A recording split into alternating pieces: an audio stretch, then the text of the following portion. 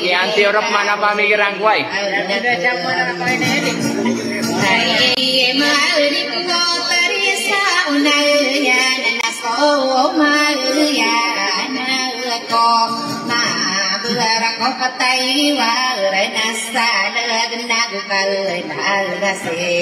Kerat kasih aku nak.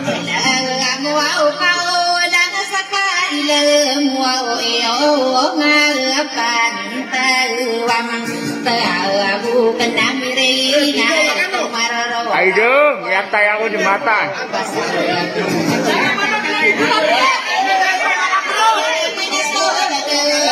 Gak kau nana kayak lupa ke nana. Dari itu kaki,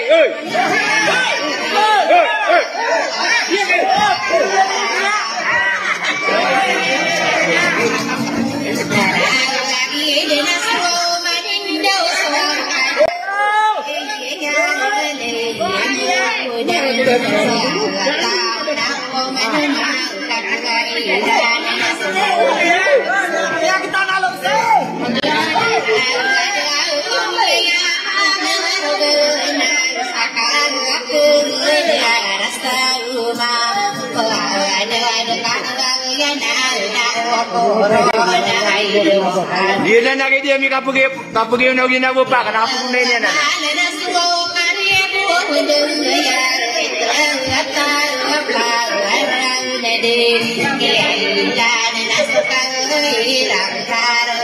dia akan suka rup mana mi akan rayam yang ada di dudai yang kau bifman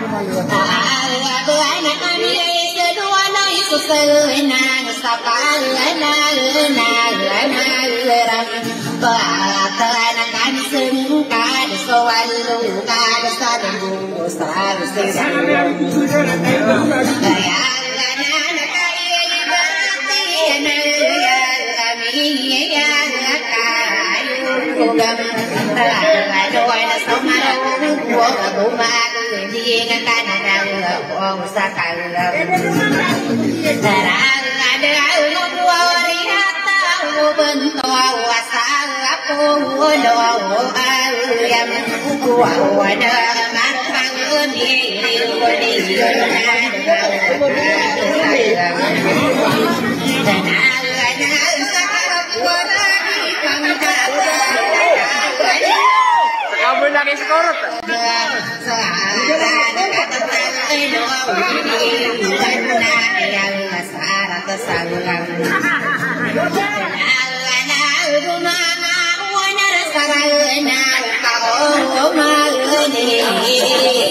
Mayau nanan.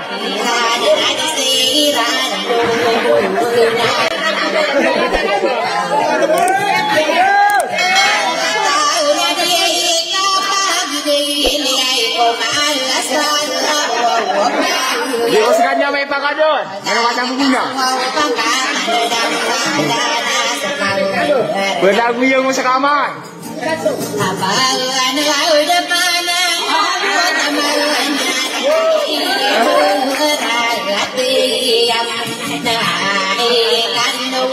Iya na.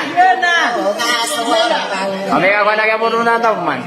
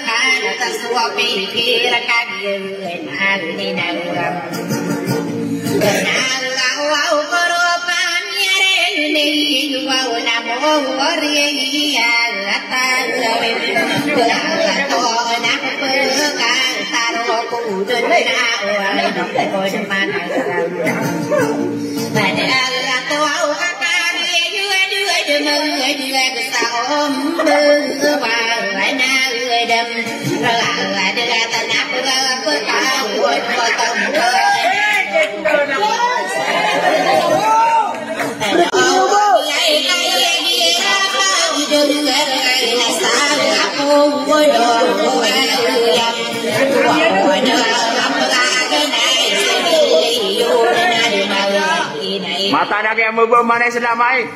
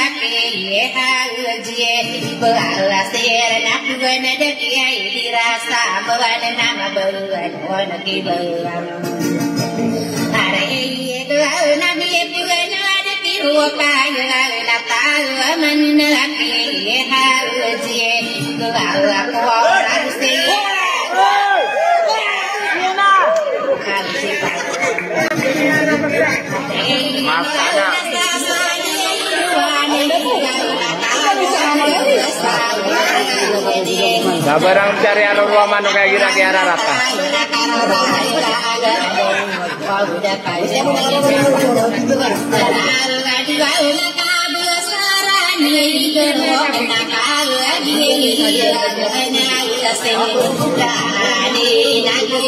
Oh, kata aku buman.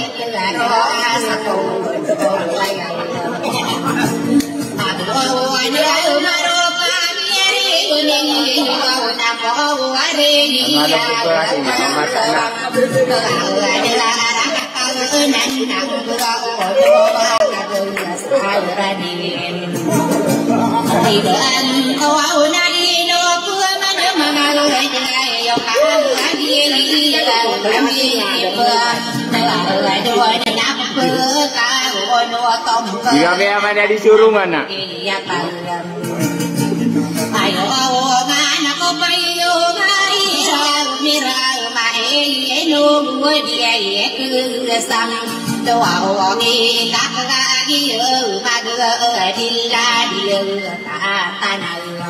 Aku ini banding akan lagi kapnya saya kerja.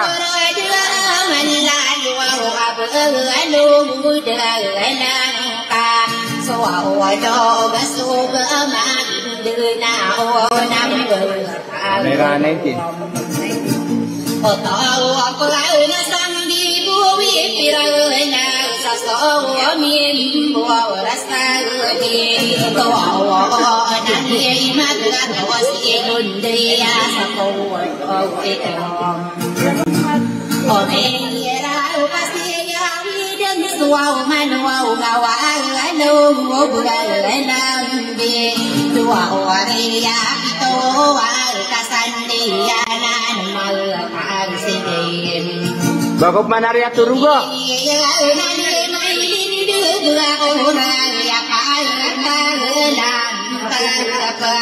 Yura ditatur, ini peta saungan ya.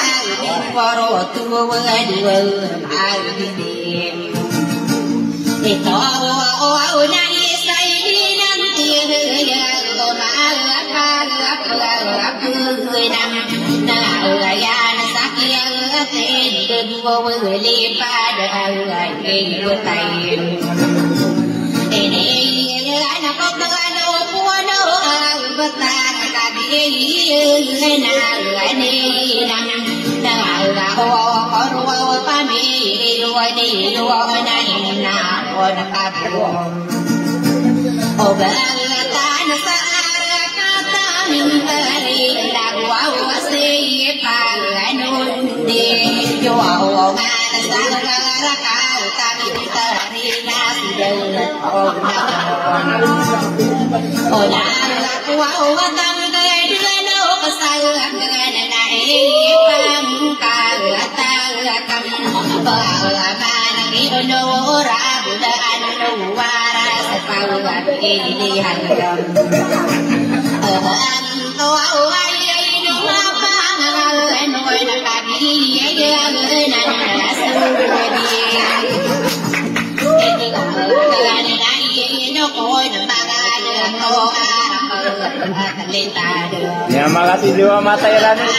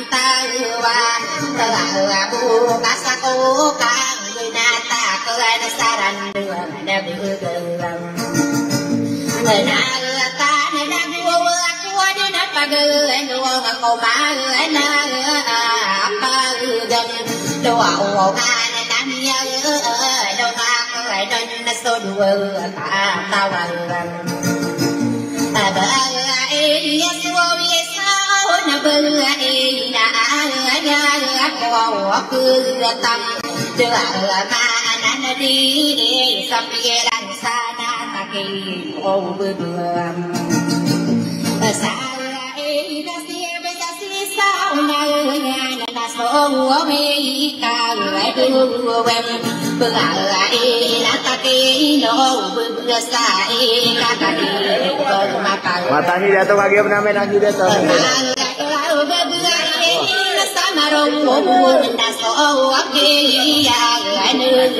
Matang awi abu bian muntai aja tuh.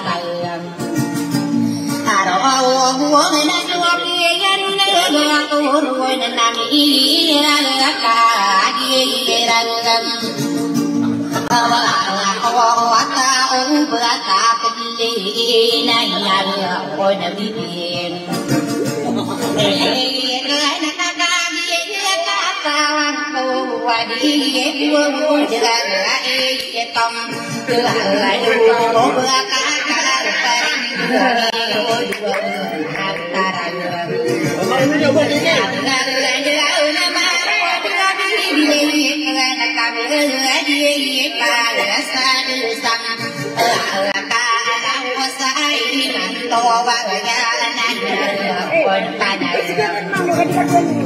mà wow nang wa si sa wow na ya na ka ni ma kam pa ya di pu nang ka pa sa ka ring ka de na ta na sang wa nai ka bưa bu tim bơ wow sa ka sam pe ni ta na wi ka bưa kan ka ta na ka ni ka ta wow sa mi so wa ti dam pa na pa ai di an di dam la pa na sam ma yo na kita ka buora na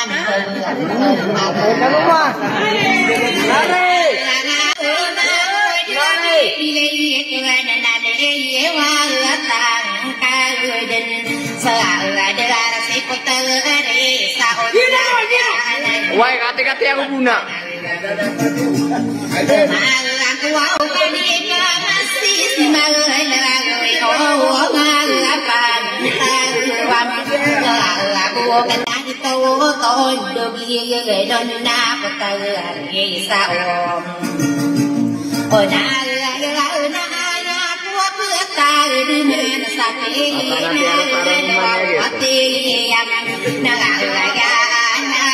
Wow, mania pera na tamana ko mana so ma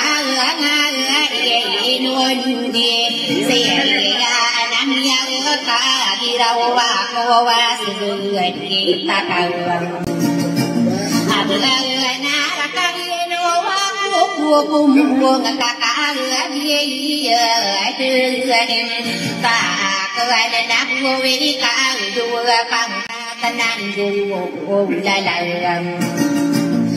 na cái nó sâu đô ba mắm bi la ngà tàu mà hoa ôi đưa bia bia để cái này nãy lô con mà đưa con na tầm mà nãy con mà ngờ bữa lại na đua số măng ôi đưa na bữa nữa đưa cô mà gần là na bữa đưa mà ra rằng cô mà cả đưa đi ôm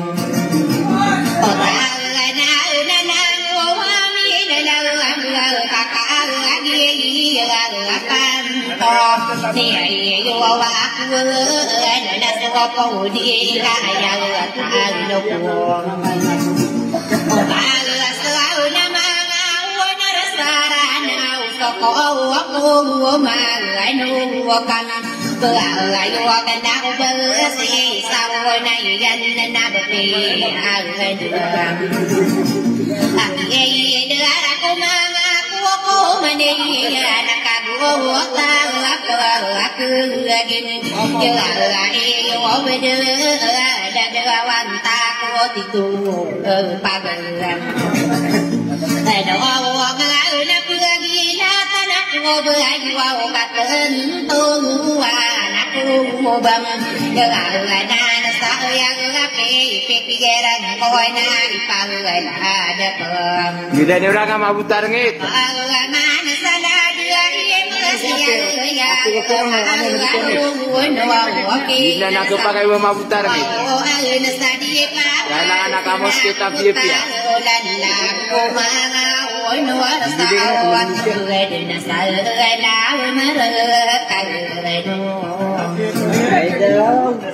Aido, wassalam.